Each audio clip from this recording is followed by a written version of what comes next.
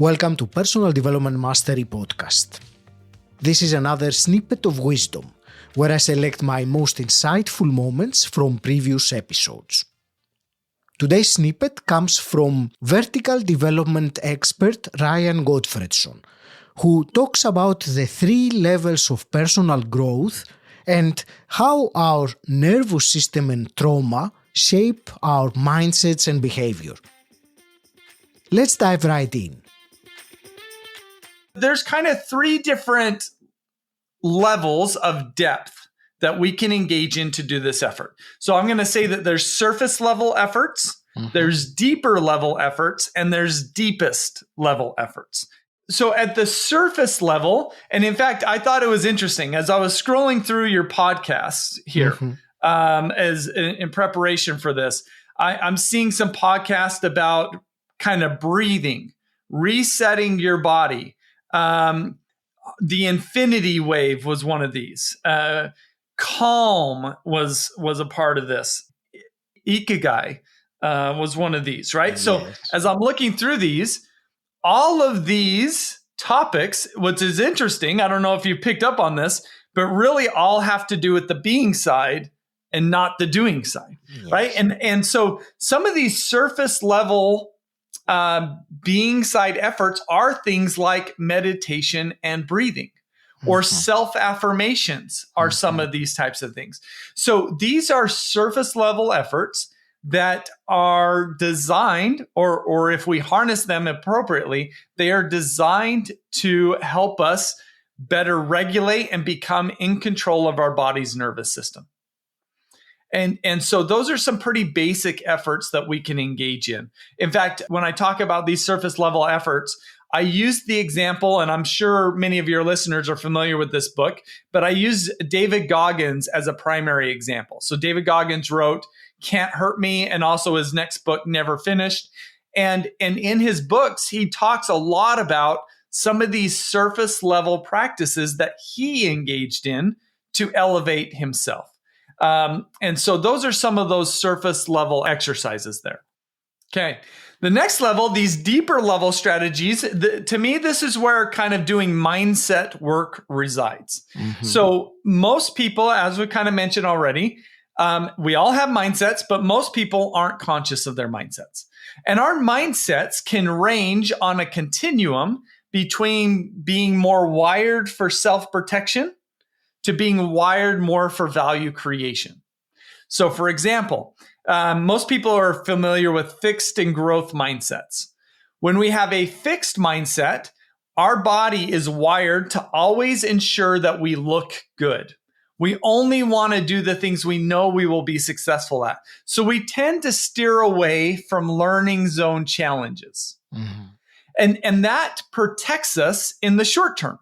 So it is a self-protective mindset. And it's justifiable because it's uncomfortable to take on learning zone challenges. But people with a growth mindset, they have a wider window of tolerance for discomfort. And that allows them to be more willing to step into learning zone challenges, step into that initial discomfort because of the benefit that they're going to get in the long term of greater learning, growth, and development, which allows them to be a greater value creator. So fixed and growth mindsets are one set of mindsets that we could investigate, and as you alluded to, but when we identify and focus on our mindsets, this is now a deeper level of vertical development because we are getting more precise focus on how our body's internal operating system is wired. And when we could get that precise focus, it's almost like we could be more surgical in our development efforts. So everything that we've talked about, right, is that our being side is very much intertwined with our body's nervous system and how our nervous system is prone to make meaning of our world, right? So we have some programming built into our operating system.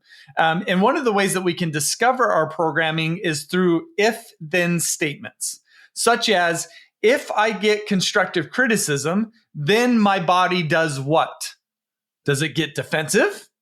That's more self-protective. or does it create space to listen? Right? So that's kind of a continuum that might be a little bit revealing of our being side altitude. Now, when we focus on our being side, we want to get in touch to our automatic programming.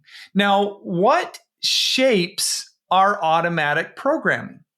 Well, I've kind of learned that there's 3 primary factors that shape our body's internal operating system and how it is programmed to operate.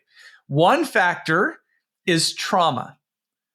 What I've learned is that the more trauma one experiences in their life, the more their body's nervous system becomes wired for self-protection. It's our body's natural reaction to trauma. The second thing that shapes our body's nervous system programming is our current culture. What are the incentives in our environment? What are the pressures in our environment?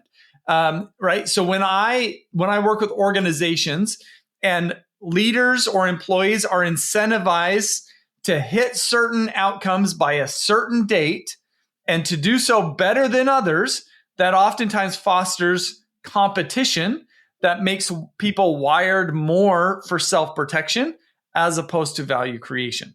So that's the second one. So we've got trauma, we've got culture. And then the third factor is different variations of neurodivergency. So one of the things that we've learned is that people who have some neurodivergencies, this includes things like ADHD, dyslexia, and others, that part of the brain wiring associated with those neurodivergencies causes one's internal operating system to be more wired for self-protection as opposed to value creation. And so ultimately, the reason why I bring up these 3 factors is because these deepest level strategies are more designed to address these factors. So at the deepest level, some of the work that we might need to do is we might need to work with a therapist to heal from our past trauma. Even beyond this, and I've kind of got my eyes and ears to the ground on this, is there's some recent research that is effectively finding that psychedelic assisted therapy is one of the most effective forms of therapy to help people to rewire their internal operating system. So I'm to your point that you asked earlier, I'm not going to suggest that people start here, but it's often a place where most of us need to go if we ultimately want to become the best version of ourselves. I mean, I've had to get there. I've worked with a trauma therapist for over 2 years. So these are some of the examples of some of these deepest level strategies. Thank you for listening. You will find the full conversation with Dr. Ryan Gottfredson in episode 512. The link is in the show notes. Are you enjoying these powerful insights? Help keep them coming and become a part of the movement at personaldevelopmentmasterypodcast.com/support. Until next time, stand out, don't fit in.